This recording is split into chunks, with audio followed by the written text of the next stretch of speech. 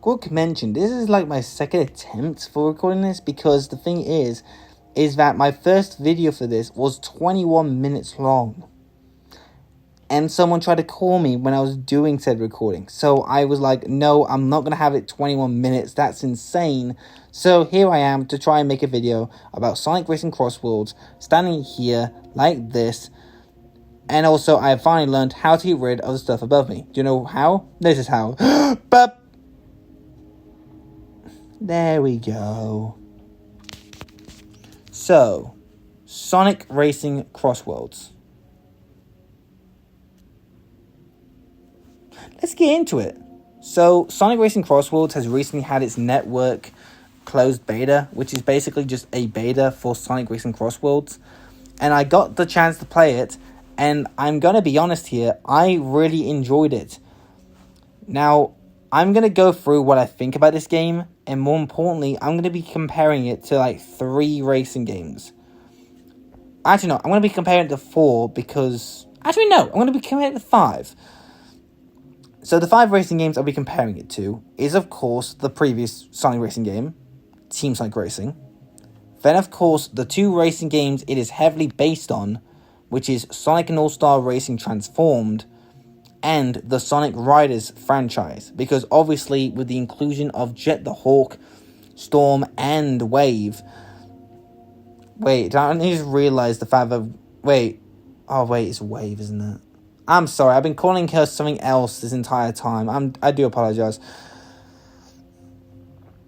I've been calling her Rogue for some reason. Why have I been doing that? It's Wave. Wave the Swallow. Oh my god, my knowledge is going down the drain. Wow, I'm now 20 and I'm already going senile. Well done, Magic. Okay. So, what are the other games? Of course, there is 2.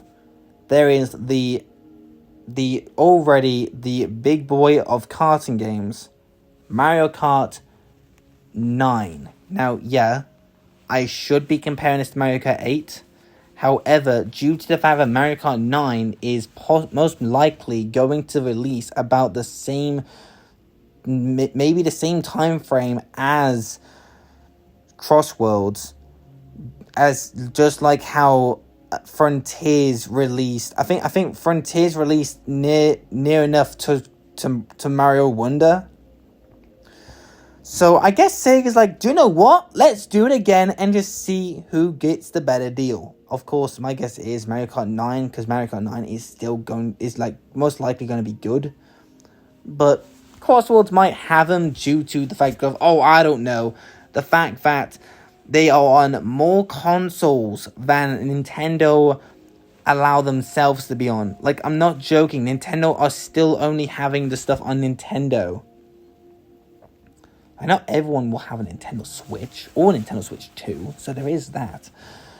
But the next game I'll be comparing it to is, of course, Disney Speedstorm. Why exactly? I don't know. I guess I just want to pick an easy target. So, let's get into it. Number 1, I'm going to quickly just breeze through the characters and the tracks, because obviously it's not really fair to talk about them.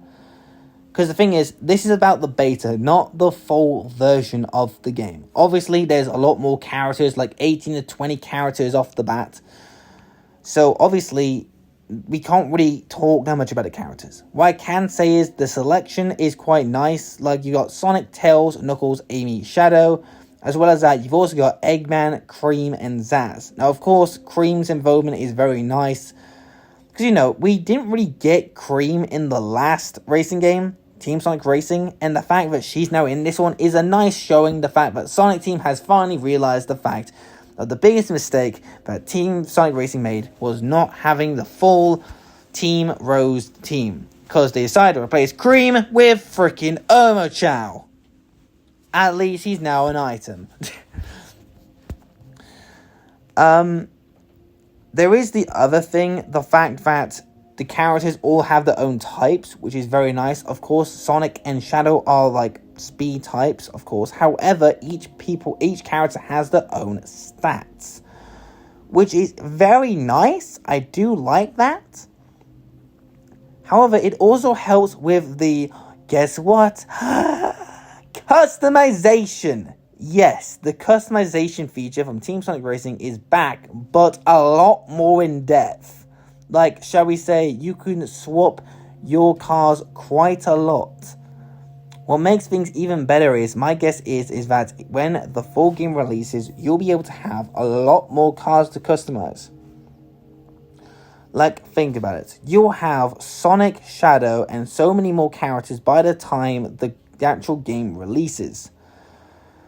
And one thing I am really hoping for is, a lot more customization. Like, I like the customization already, but with the fact of how many characters are coming in, like, there's going to be a lot more customization by the time the game comes out. Now, that would be really cool. Now, what about the gameplay itself? I think, now, to make sure that this is a lot more shorter than 20 minutes, I'm going to breeze through the gameplay. Number one, the car handle is very nice. Of course, each car can handle differently, and that is really cool. The planes and the boats are a bit weird, but I like the planes. I think they're quite cool. The boats, however, they have no drift, unlike Transformed. Transformed, they can drift, but instead of drifting, boats can now jump. I'll say it again, boats can now jump. Of course, the big thing about this game, it's not just the worlds, it's also the fact that the trick system has been changed a little bit, along with drifting. Drifting and tricks are, of course, important to get said boost. As well as that, what was I going to say? Oh yes, as well as that, you're also going to have to make sure that speed and momentum are going to be a key aspect because, of course, you get speed. It's a racing game. You need speed. Speed! Along with all this as well, the fact that the game is called Sonic Racing Crossworlds means you need to Crossworld. Now, is the Crossworld feature at least 1, fun, 2, unpredictable, and 3, smooth transitions? And I'm going to say a yes, yepity-doo, because all 3 are ticks along the board. Why exactly? Oh, I don't know. The fact that you have got the fact of, okay. I think this is the main thing about the beta. The thing is that every time I went through a world, I experienced no lag, no weird experience.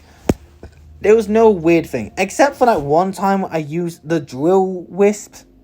Which, by the way, wisps are not that important in this game. Like, they've been put down to, there's a boost, a triple boost, a drill, and then, of course, there is a bomb. But I don't think it's the bomb wisp. It is a bomb, but they're not showing it as the normal bomb wisp.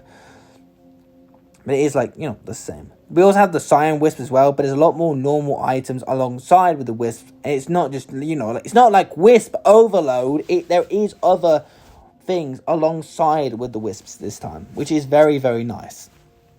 Like an anvil.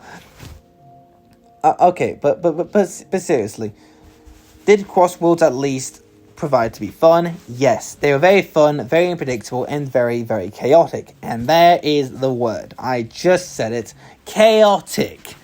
I will say this, for any future betas, and more importantly, any future things like, the game itself, be warned, the gameplay is incredibly chaotic. So there is that. But to sum it all up, I think the game will be very fun. I'm really looking forward to how the game looks when it officially releases and if the beta does come back even more. I'm really looking forward to it. So, here's to the future of this game. And also, quick mention, this game is actually done by Team Sonic, also known as Sonic Team. Yes, Sumo Digital have nothing to do with this game. That is crazy. But still though, as always, like, comment, subscribe, and this is MagicBud signing up for now. Bye bye! And tell me, what do you guys think about Sonic Crossworlds?